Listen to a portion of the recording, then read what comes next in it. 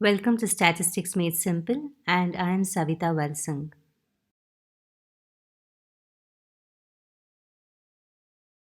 In this video, in the chapter Analysis of Bivariate Data, we'll learn the topic of regression.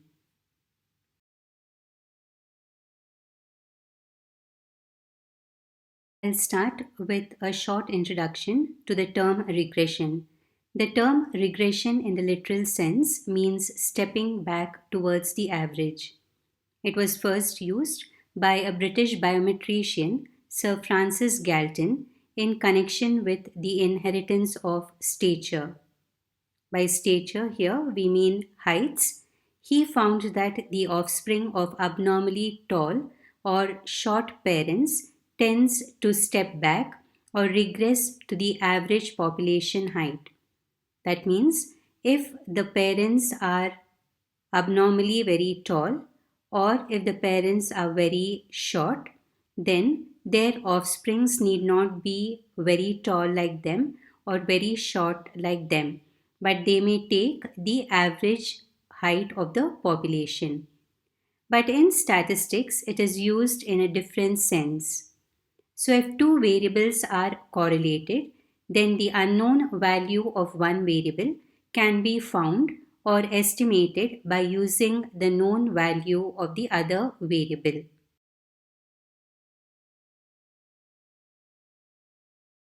Now, define the term regression. Regression is a theory of estimation of unknown values of a variable using the known values of the other variable. In regression, we have two types of variables. First is the independent variable, the value of the variable which influences or is used for prediction of the value of another variable is called the independent variable.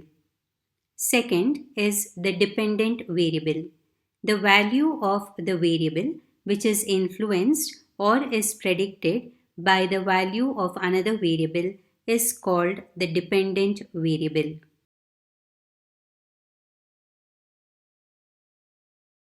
Now discuss a couple of examples which will help us to identify what is an independent variable and a dependent variable.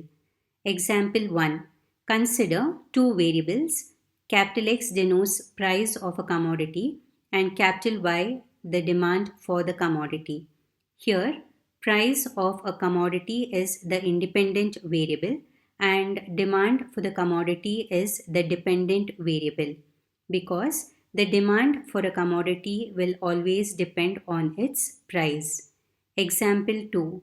Consider two variables. X denotes yield of vegetables and Y denotes price of the vegetables. Here, the yield of the vegetables is the independent variable and the price of the vegetables is the dependent variable because the price depends on the yield of vegetables.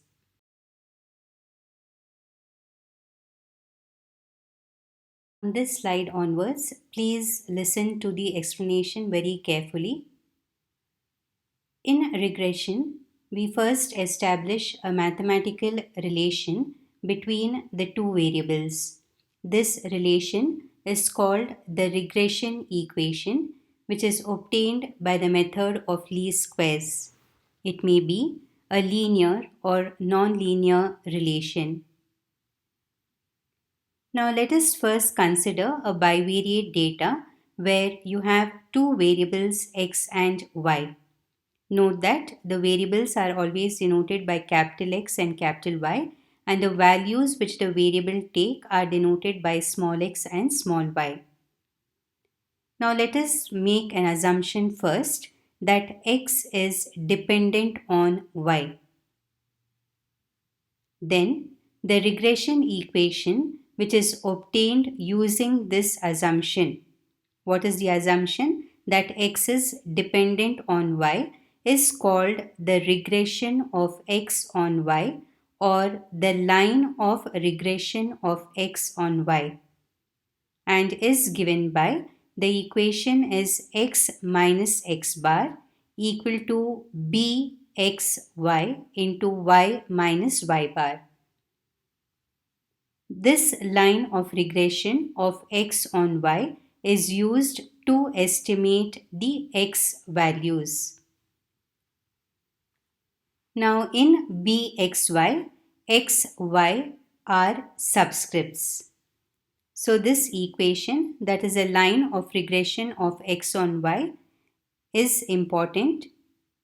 Please practice writing the equation.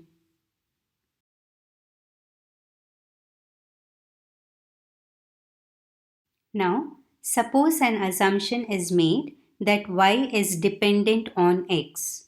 Then, the regression equation which is obtained using this assumption is called the regression of y on x, or the line of regression of y on x, and the equation is given by y minus y bar is equal to byx into x minus x bar.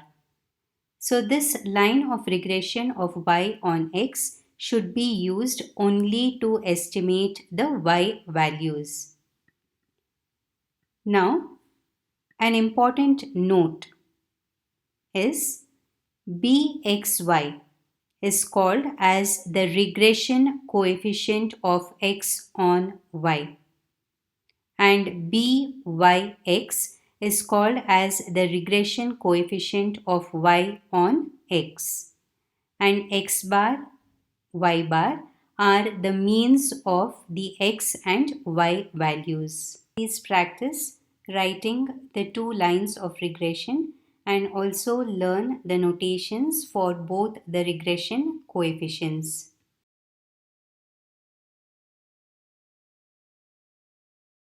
I will now explain the formulae for the regression coefficient of x on y and the regression coefficient of y on x. So let's start with the regression coefficient of x on y. Consider bxy equal to, the formula is r into sigma x divided by sigma y. And what is r? R is Karl-Pearson's correlation coefficient, and sigma x is the standard deviation of the x values, and sigma y is the standard deviation of the y values. Now in the second step, for r, we will substitute the formula covariance of x comma y divided by sigma x sigma y. This I have explained in my video on correlation into sigma x divided by sigma y. Then you see that the sigma x's get cancelled in the numerator and denominator, and you get equal to covariance of x comma y divided by sigma y square. Therefore, bxy is equal to covariance of x comma y. Even this formula we have learnt under the correlation chapter. It is the same expression. So it is n times summation xy minus summation x summation y divided by the denominator, that is sigma y square value. Also we have learnt under the correlation chapter. So it is divided by n times summation y square minus summation y the whole square. Similarly, we'll now learn the formula for the regression coefficient of y on x. Consider byx equal to r into sigma y divided by sigma x, which is equal to, now substitute for r in terms of covariance and standard deviation. So you'll get equal to covariance of x comma y divided by sigma x sigma y into sigma y divided by sigma x. The sigma y terms will get cancelled and you'll get equal to covariance of x comma y divided by sigma x square. Now for the numerator and denominator, we will use the same expression which we had learnt under the correlation chapter. So you'll get, therefore, byx is equal to n times summation xy minus summation x summation y divided by n times summation x square minus summation x the whole square. Now, if you observe both the formulae for regression coefficient of x on y and the regression coefficient of y on x, the numerator is the same, only the denominator is different. So it is easy to remember the formula. Do practice the formulae for both the regression coefficients, that is the first step and the last step, which are highlighted.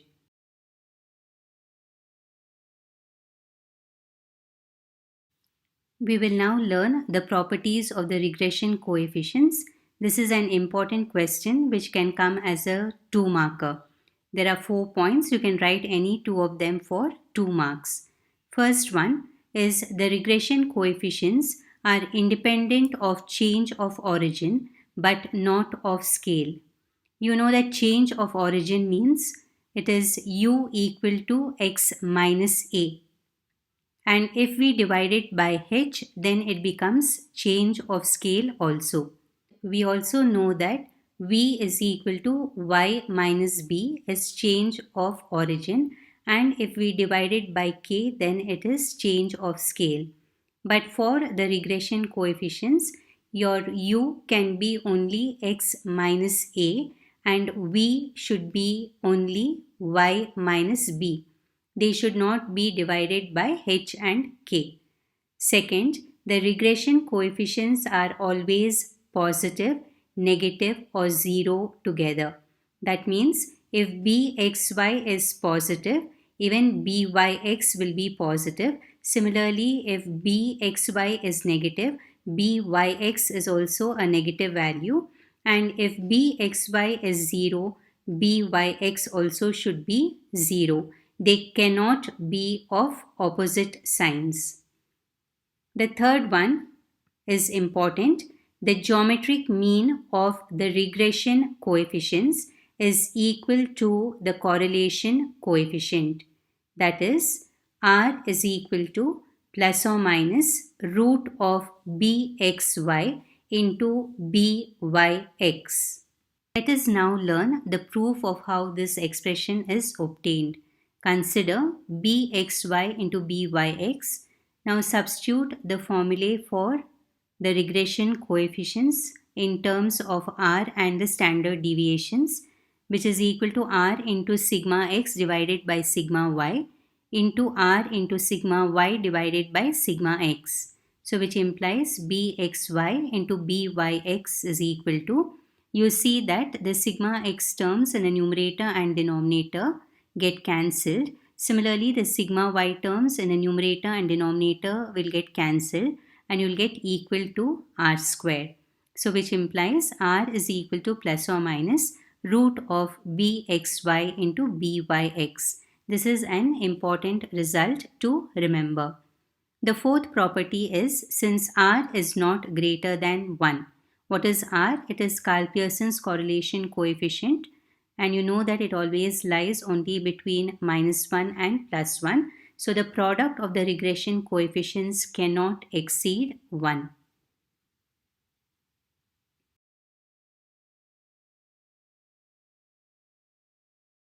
I will now explain the properties of the lines of regression, again which is an important 2 marker.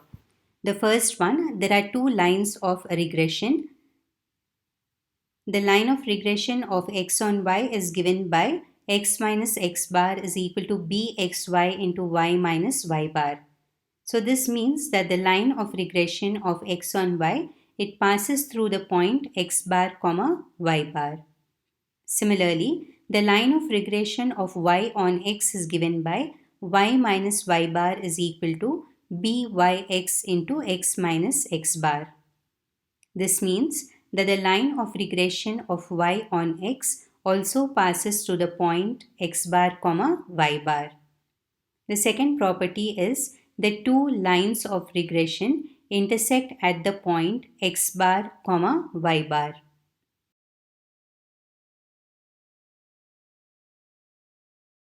Property, if the 2 variables are positively correlated, then the line of regression will have a positive slope, and if the two variables are negatively correlated, then the line of regression will have a negative slope. A positive slope line means a line which is moving upwards, and a negative slope line is a line which is moving downwards. This also I have explained in my video on correlation. Fourth property, if the variables are perfectly correlated. Perfect correlation is when R is equal to plus 1. It is perfect positive correlation, and when R is equal to minus 1, it is perfect negative correlation. So in such a case, what will happen is we will have only one line of regression. So both the lines of regression will coincide.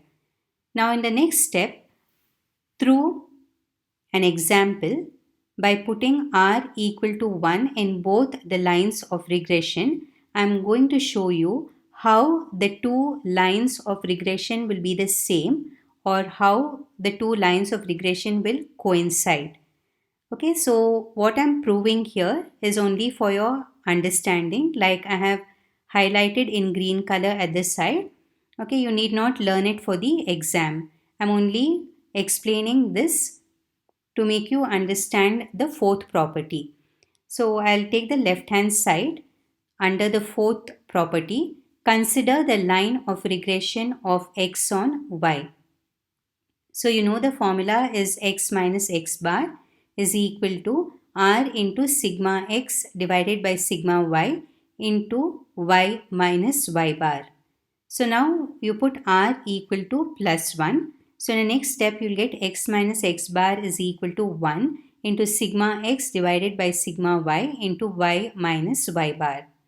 Now if you cross multiply, you will get sigma y into x minus x bar is equal to sigma x into y minus y bar. I'll call it as equation 1.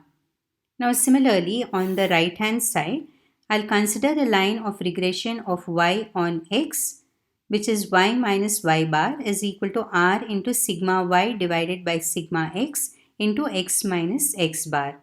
So when I put r equal to 1, I'll get y minus y bar is equal to 1 into sigma y divided by sigma x into x minus x bar.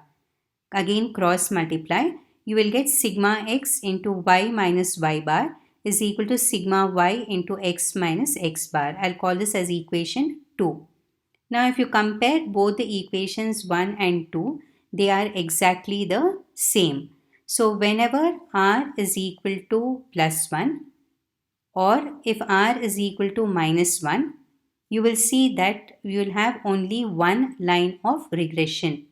Okay, so again I repeat, do not learn this for the exam. This is only for your understanding. And the fifth and last property is if there is no correlation between the variables. No correlation between the variables means when r takes a value 0, then the two lines of regression will be perpendicular to each other. Please learn these properties well.